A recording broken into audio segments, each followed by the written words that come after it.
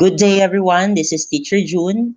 Welcome to my channel, and of course, don't forget to subscribe and hit the notification bell for more videos to come. For today's tutorial video, what we are going to discuss is about triangle congruence. When can we say that the two triangles are congruent? What is the meaning of the word congruence or congruent? Before we finally proceed to explaining what triangle congruence mean, let me just give you first an idea of what the word congruence or congruent mean. The word congruence or congruent is specifically used in comparing two geometric figures, meaning it's synonymous to saying that the two geometric figures are equal, but then since they are geometric figures, the word that we are going to make use of is the word congruence. So that we may say that two geometric figures with exactly the same size and exactly the same shape are congruent. Ibig sabihin, kapag yung dalawang geometric figures have the same size and shape, sila ay congruent. Meaning they are equal in measurement and they have the same shape. So therefore, we can say that the two geometric figures are congruent. The symbol used for congruence is this one, and it is read as congruent. Let us now proceed to understanding what congruent triangles mean. How can we say that the two triangles are congruent? Suppose we have two triangles here. The first triangle is named triangle ABC, and the second triangle is named triangle DEF. So we have triangle ABC and triangle DEF. Bago natin i-explain kung paano sila magiging congruent, let us first identify the parts of the triangle. How many parts of the triangle do we need to consider?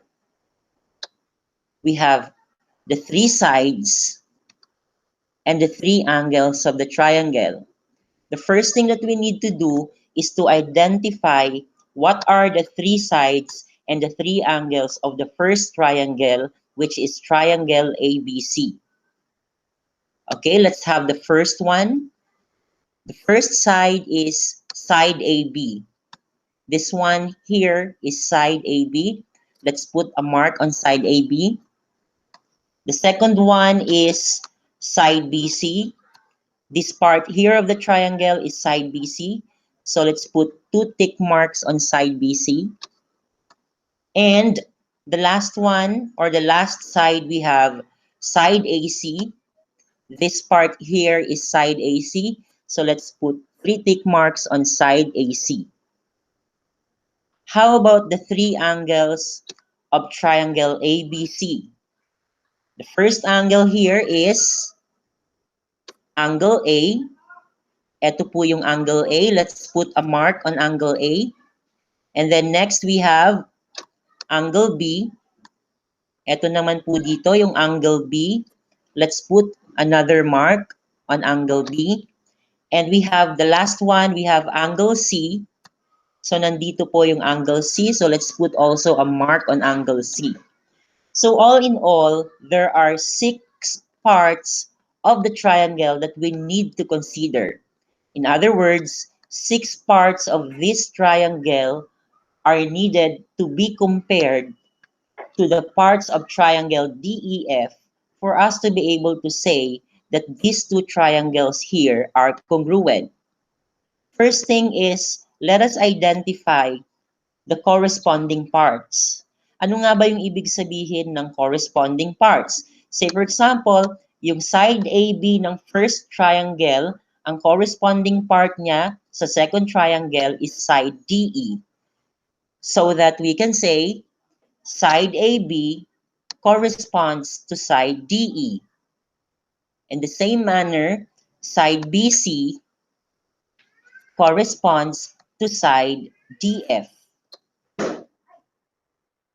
Lastly, we have side AC corresponds to side DF. So kung ilan yung tick marks ng first side, second side, and third side on the first triangle, ganun din po yung tick marks ng corresponding parts niya dito sa second triangle. How about the corresponding angle? We have angle A corresponds to angle D. And then we have angle B corresponds to angle E. Lastly, we have angle C corresponds to angle F. So those are the 6 pairs of corresponding parts of the two triangles. Now, when can we say that these two triangles here are really congruent? We can say that triangle ABC and triangle DEF are congruent when all the 6 corresponding parts or all the 6 pairs of corresponding parts between triangle ABC and triangle DEF are congruent. Ibig sabihin, kung yung corresponding parts between triangle ABC and triangle DEF are congruent, therefore we can say that the two triangles are congruent. To give you a clear comparison of the two, let's take a look at this one.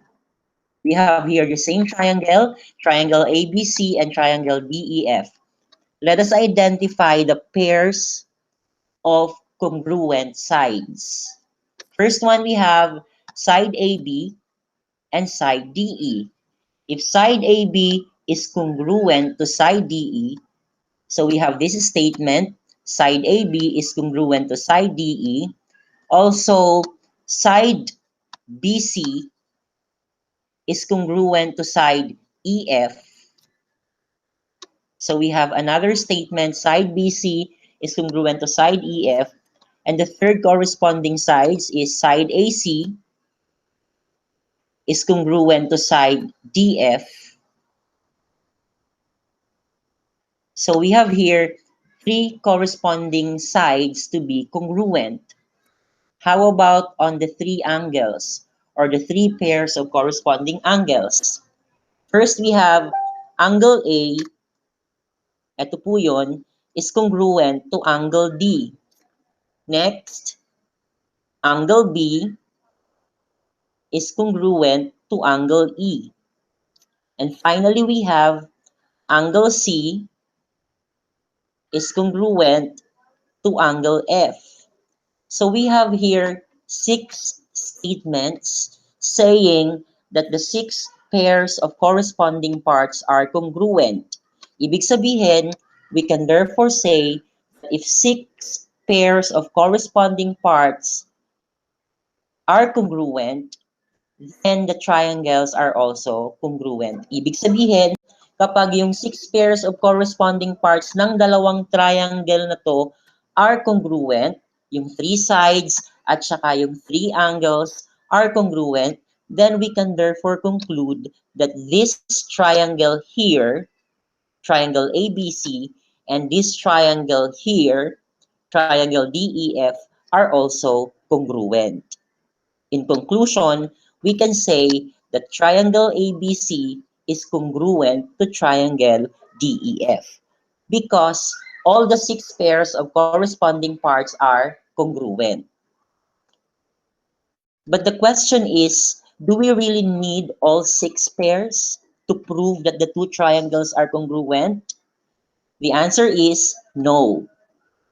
That's why we have what we call triangle congruence postulates. And we have 5 postulates that we need to discuss in our succeeding lessons. The first one we have is the SSS congruence postulates, or postulate rather. Second is SAS congruence postulate. Then we have ASA congruence postulate. Fourth, we have AAS congruence postulate. And lastly, we have HL congruence postulate. In our next video, we are going to discuss each of these triangle congruence postulates, and we will start with SSS. Okay, so that will be all for today. Again, God bless everyone and good day.